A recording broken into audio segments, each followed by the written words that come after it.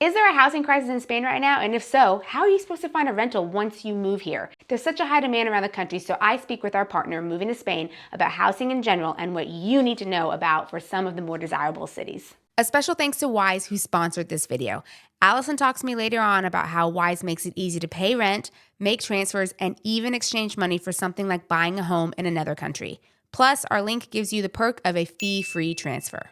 Alison, how easy is it to actually find a rental in Spain? Well, if you're going to be renting in some of the outside areas, outside of the big cities, it's relatively easy. If you're going to be looking in Valencia, Barcelona, Madrid, and some of the other areas, it's actually quite difficult in the moment. And the reason is this. A couple of years ago, there was a cost of living crisis in Spain, as there was in the US and many other places. And the government, trying to help out tenants, implemented like a new housing law. And they were trying to help tenants, but what they ended up doing was making things worse.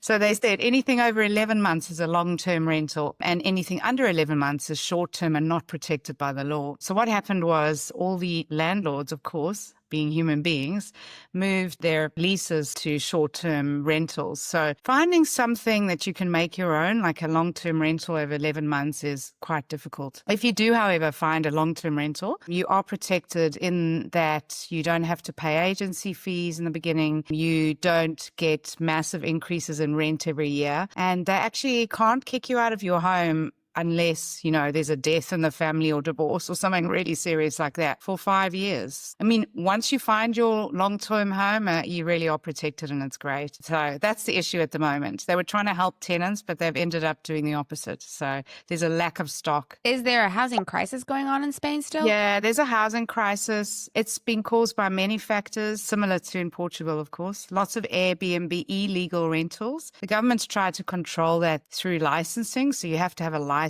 to do holiday rentals, but many people are renting their places out anyway without that license.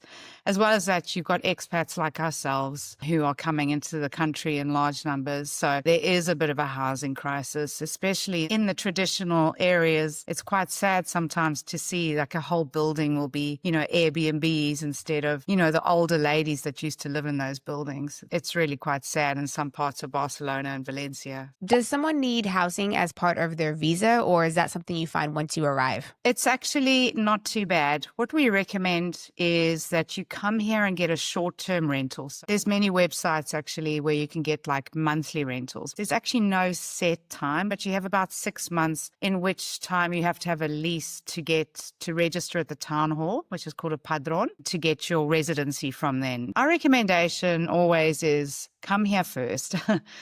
Come here for a few months. I mean, you know what it's like, hey? You really don't know areas until you've been to the restaurants. If you've got kids, they've gone to school, you've chatted to other parents about where they are, and there might be a few areas that you're interested before you arrive, but once you get there, it's pretty obvious where you want to live. If you're actually going to try and do a rental on your own without any help, you then need to be on the ball because there's going to be like 5 people behind you trying to get the same apartment, right? So we recommend that, if you've decided on a particular area, you get to know all the real estate people in that area and you're going in there on a regular basis because so many properties just don't make it up to Idealista or Fotocasa, which are the 2 main housing portals. It's a little bit of a chore when you first get here, and have your deposit ready, right? So when we found this place, we saw it, we chatted, we looked at each other with, that knowing look that we want this house, and we just said we want it and paid our deposit straight away within an hour or two. And apparently they had a number of people lined up behind us. So there's a bit of competition for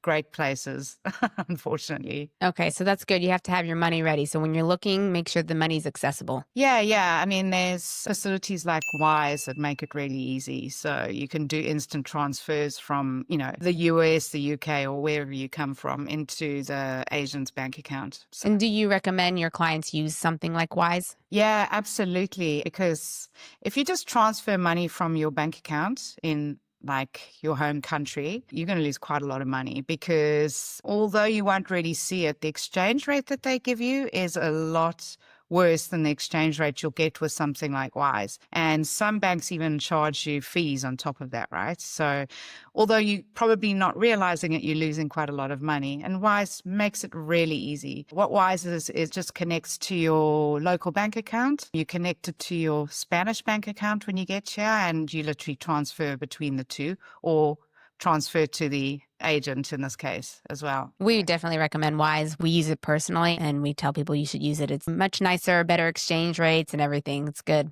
Yeah, absolutely. Everyone we know uses Wise. We're happy to recommend it. Before you move, you need to know what city is actually best for your lifestyle. So let's chat with some of the realtors in the different cities around Spain and see what works for you. Barcelona is really like one city in many. Family-wise, it's a great city for families, digital nomads. There's a big IT community, and even for retired people, because it's just a friendly city. The big draw in Girona is cycling. So whether you're a roadie, a gravel cyclist, or you do enduro, this is the place to come. But even if you're not a cyclist, this is a great place to live if you love green and mountains, because in the summer, obviously the leaves are green, but in the winter, the grass stays green. Girona is just the perfect size. You have everything you need. You have easy access to outdoor activities, great international schools. It's really just a nice package. So for people who are looking for that balance, it's a good place to consider. I think Malaga is great for everyone, but to be specific, families. We have a great quality of life, the chance to live by the beach, but also have things like the mountains. But it also has an international airport, which is also great for parents who are still working, who need to do international business trips. On the other side, I do see a lot of retired couples moving into the city, particularly couples that love being in Southern Europe and that they can, live in a quieter neighborhood, but still access the hustle and bustle when they feel like it. Santander suits many different types of profile, but in particular, I would say retired market, young families, and also digital nomads, remote workers. So for those retired couples, everything's nice and easy. For young families, you've got lots of schools within walking distance, excellent parks, restaurants for everyone, and then the growing digital nomad remote working community. Valencia is a city that's best suited for someone who's looking for that big city feel, but with little city charm. Valencia offers so much in ways of schooling for families and an opportunity to travel internationally with our international airport. We also have the sea and the mountains, so it's definitely suited for people who like to live outside their home. It's a great city for people who are looking to do something entrepreneurial. There's a lot of support in both the expat and immigrant community for that. Can you tell us, how does renting in Spain differ from renting in other countries like the US or the UK? Yeah, what we found, definitely the US and definitely Australia, what we kind of used to is you go and find a real estate person that you become really friendly with, and they'll find you a house, right? They'll drive you around an area and show you everything that's available. That doesn't really exist here. Typically, your real estate agent will have maybe, 2 or 3 places on their books, and they will show you those 2 or 3 places, and that's it. Very, very seldom do you find a real estate person that's actually going to, show you more than that. And what we found was, after we started our business and we were helping people with visas and tax and healthcare, the very next thing that everyone was struggling with was finding a rental, a long-term rental. So we started this service. It's a rental service, and it's generally either expats or Spanish people that have traveled a lot, so they understand what customer service people are used to in Australia and the US, etc. They know their area very well. They have access to a lot of off-market properties. Very, very often, the properties that they are showing you have not made it up to any of the portals. They'll help you decide on areas. They know which areas are great for families or for singles or whatever your lifestyle preferences are. And then they help negotiate the contracts. They help you with move-ins, with contacts around if you need some work done, and also will help you set up your utilities, etc. It's been really, really successful, and it's just so nice that we're able to help people find their home, because it's a big step, right? Once you've found a home that you really love, then you feel settled in your new country. country. So it's been fantastic. And our team of people that we've been able to bring on are just really lovely people, to be honest with you. So yeah. Good. So we're happy Good. with It's that. good to have that connection. Yeah, absolutely. No, absolutely. They really care. Now that you've chosen your city and you know where you're going to live, let's talk about money. What's the cost? What should the budget be? And how much are you going to be spending on a rental? Well, prices shoot up every month. It depends very much on the areas. I would say, one bedroom, be talking about €1,000 easily. I mean, finding anything under €1,000 is impossible. For a two-bedroom, I would say you'd be going between 2,000 and 2,500.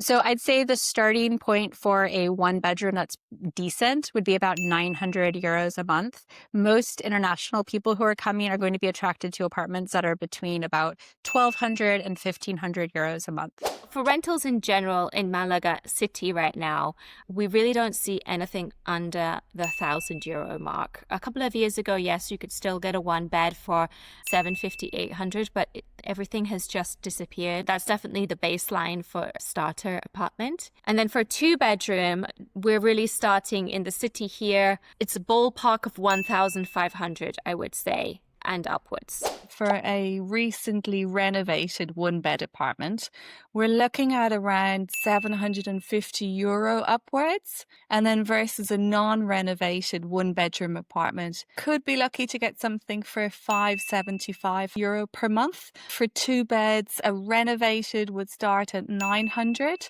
and a non-renovated for 750. If you're looking yourself, you can become disheartened. There are properties available. You just need to know the right people. So for renting in Valencia, the entry-level price for a one-bedroom flat is right around €1,100. It does really depend on the neighborhood. However, in the more popular neighborhoods, that entry-level price is closer to $1,300. And for a two-bedroom flat, the entry-level price is right around $1,300. And in the more popular neighborhoods, that starts at $1,700 or $1,800 a month. What's one big tip that you would give someone who's looking for housing in Spain? I would say take your time and rent your property when you're here in Spain. There's no rush. And once you arrive, you can take your time going to the restaurants and like feeling the vibe, looking at facilities that are in the area. If you have children, and they're interested in a certain sport, or they love the beach, working out what lifestyle really suits you. And then once you've identified 2 or 3 suburbs, then you can start going into real estate agents and talking to them about what they have available and being really proactive about that. So making sure that you're visiting them pretty often and emailing them pretty often, because as soon as something new comes on that's really good, there's going to be a lot of people behind you waiting to get that same property. So you really need to be on the ball. The other tip I would give you that we get asked quite often is about pets. Every property you look at, they'll say no pets allowed. And they're just doing that to cover themselves.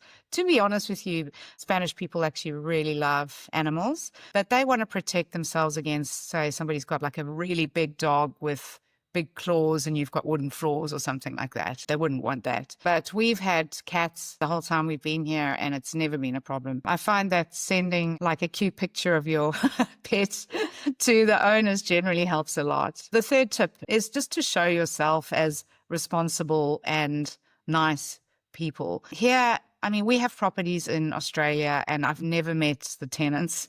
We have a management company that looks after that for us. But here in Spain, they very much want to meet the tenants and make sure that there's going to be someone nice moving into the property and that you're going to pay rent. The laws here are very, very focused on looking after the tenant. As I said earlier, once you're in, it's a bit hard to get you out. So they really want to make sure that you're someone responsible, you're going to look after the place, etc. So yeah, put your best foot forward is what I would say. Be friendly and nice and make sure you're well dressed when you visit the house, etc. Especially if they're choosing between more than, 1 or 2 potential tenants. You don't want to get caught in any of the traps. So let's talk to the realtors about mistakes that you need to avoid. I think people bring referrals maybe from something they might have read online, from what friends have said. You should be reflecting on your real needs. We've often had people who were determined, that they've been told a certain area is where they should go. It's a case of being, honest with yourself on what you're looking for. Everyone's attracted to the Barri Val. This is the old town in Girona. The problem is it's really noisy there. We have the cathedral bells that go off every hour, on the hour, 24 hours a day, and it's where every protest and celebration happens. So unless you really don't mind a noisy place to live, it's really not a good, as beautiful as it is, it's probably not the most practical part of the city. In terms of mistakes, it's usually just at the beginning stage in terms of the expectation, expecting to find the same style and quality and size of property that they're used to. Properties are generally smaller, and that's something you get used to because most of your life is outdoors anyway. Not understanding what the inclusions are or assuming that things are similar to their home country. Secondly, probably not having the required documents. A big one is heating in your apartment, or is there air conditioning?